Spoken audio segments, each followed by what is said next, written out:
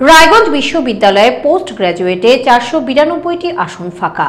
বিশ্ববিদ্যালয়ে ছাত্র ভর্তি না হওয়ায় উদ্বিগ্ন বিশ্ববিদ্যালয় কর্তৃপক্ষ। ছাত্র ভর্তির মেয়াদ বাড়ানোর জন্য উচ্চ শিক্ষা দপ্তরের কাছে আবেদন করল রায়গঞ্জ বিশ্ববিদ্যালয় কর্তৃপক্ষ।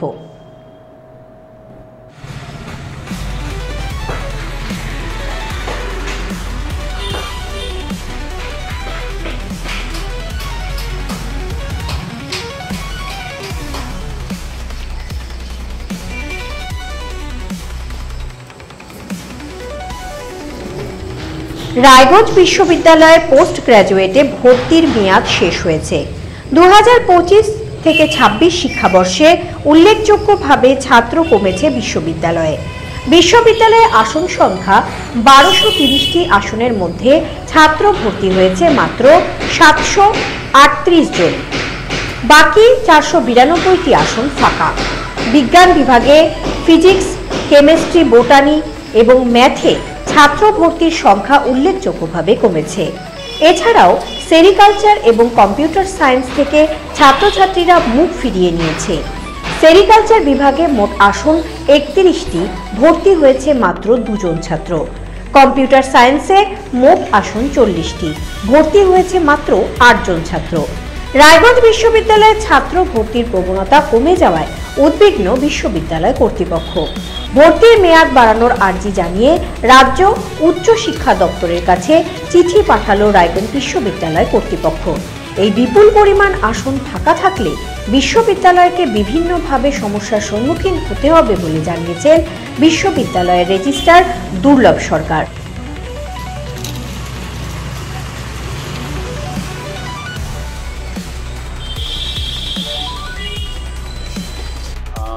1230 খানার মতো সিট রয়েছে, যেখানে অ্যারাউন্ড 492 এখনো ভ্যাকেন্ট সিটস আছে এবং আমাদের 23 খানা ডিপার্টমেন্টে ভর্তি চলছে পিজি এবং 492 খানা সিট ভ্যাকেন্ট আছে। আমি আজকেই উচ্চশিক্ষা দপ্তরে চিঠি পাঠালাম।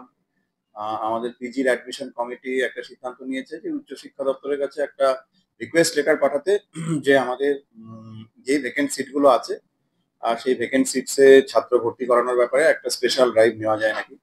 তো তার জন্য উচ্চশিক্ষা দপ্তরের পারমিশন লাগবে। আমি আজকে চিঠি পাঠালাম, আশা করি পারমিশন হয়তো পেতেও পারি। যদি পাই তাহলে কোনো একটা স্পেশাল ড্রাইভ দিয়ে আমরা স্পট অ্যাডমিশন করানোর ব্যাপারেও চিন্তা ভাবনা করতে পারি। অবশ্যই সবকিছু ডিপেন্ড করে আছে মাননীয় উপাচার্য এবং আমাদের পিজি অ্যাডমিশন কমিটির মেম্বারদের মতামতের উপরে। কত আসন ফাঁকা থাকলো? আমাদের 492 খানা আসন ফাঁকা আছে। কোন বিভাগে সবচাইতে কম ছাত্র ভর্তি হলো? হ্যাঁ, এবার দুটো বিভাগে খুবই কম ছাত্র ভর্তি হয়েছে, একটি সেরিকালচার এবং একটি এমএসসি কম্পিউটার সায়েন্স। বাকি সব বিভাগে মোটামুটি ভর্তি হয়েছে। আর্টসের বিভাগগুলো মোটামুটি ভালোই ভর্তি হয়েছে। সায়েন্সের বেশ কয়েকটা বিভাগে কিন্তু ছাত্র ভর্তি কম হয়েছে। উচ্চশিক্ষা ছাত্রছাত্রীদের ভর্তি হওয়ার প্রবণতা কমছে কেন? এটা খুবই অত সহজে উত্তর দেওয়ার মতো এই প্রশ্নটি নয়। উচ্চশিক্ষায় ভর্তির আগ্রহ কমার অনেক রকম কারণ আছে। প্রথমত হচ্ছে গত কয়েক বছরের আমাদের দেশের অর্থনৈতিক অবস্থা, আনএমপ্লয়মেন্ট সিনারিও এবং উচ্চশিক্ষা করে চাকরি পাওয়া না পাওয়া ইত্যাদি ব্যাপার, এবং আমাদের বিভিন্ন প্রফেশনাল কোর্স করে উচ্চশিক্ষার বদলে বিভিন্ন প্রফেশনাল কোর্স করে চাকরি পাওয়ার ব্যাপার ইত্যাদি সমস্ত কিছুই কিন্তু অঙ্গাঙ্গিভাবে জড়িত, রিলেটেড। আমাদের ব্যাপারগুলো খতিয়ে দেখতে হবে। আমাদের পিজি অ্যাডমিশন কমিটি এই ব্যাপারটা নিয়ে সত্যিই আমরা চিন্তাশীল এবং চিন্তা করছি যে কয়েকটি বিভাগের ছাত্র ভর্তি কম কেন হলো।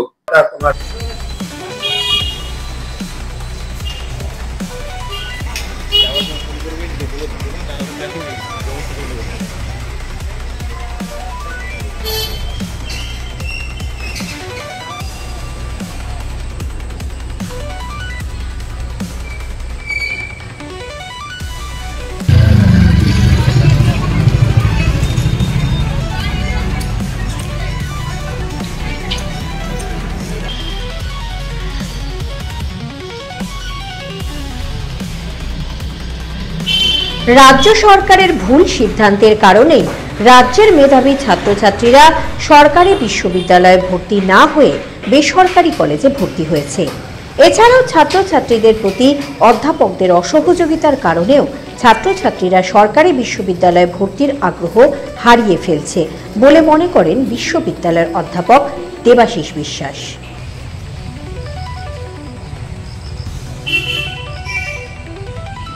বিচ্ছিন্ন ঘটনা, এটা পশ্চিমবাংলার বুকে যা শিক্ষা নিয়ে যা চলছে, আজকে দীর্ঘদিন ধরে শুধুমাত্র পিজিতে একবারে তো আসেনি, আন্ডার গ্রাজুয়েট পাস করে তারপর হচ্ছে পিজিতে যায়।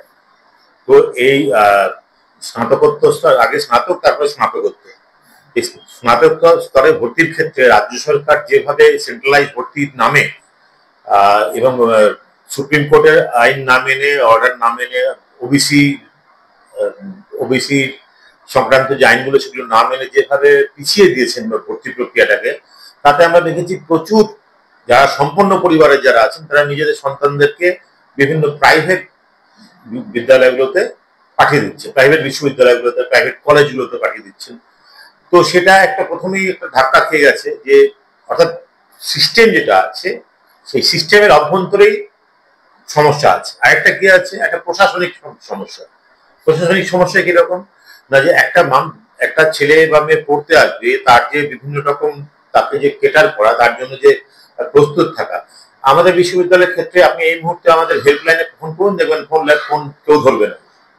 এটা আমরা তিক্ত বিরক্ত, ছেলেমেয়েরা তিক্ত বিরক্ত, এবং গার্জিয়ানদের মধ্যে অনেকে ততটা পরিমাণ গার্জিয়ানরা যারা এরকম ভাবে নেট দেখেন বা অনলাইনে ভর্তি হতে যান, সবাই এই যে অনলাইন ধারাগুলো আছে সেখান থেকে ভর্তি হয়। এবং এটা আমরা বলে টিচার্স কাউন্সিল থেকে বারংবার বলে এই ব্যাপারটাকে শুদ্ধ করতে পারেনি, প্রক্রিয়াটাকে ঠিক করতে পারেনি। সুতরাং শুধু একতরফা ছেলেমেয়েরা আসছে না বলে ছেলেমেয়েদেরকে দোষ দিলে বা নিজের দিকে আমল তুলতে হবে। আমি উদাহরণস্বরূপ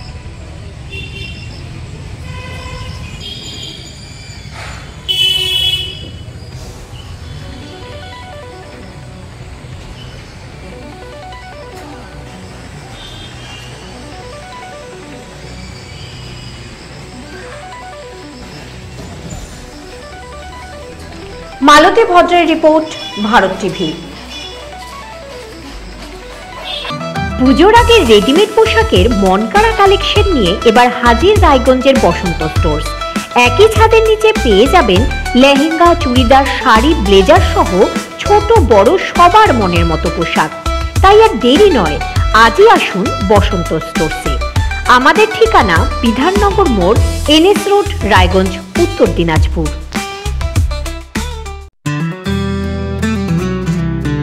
গ্রসারি থেকে কসমেটিক্স,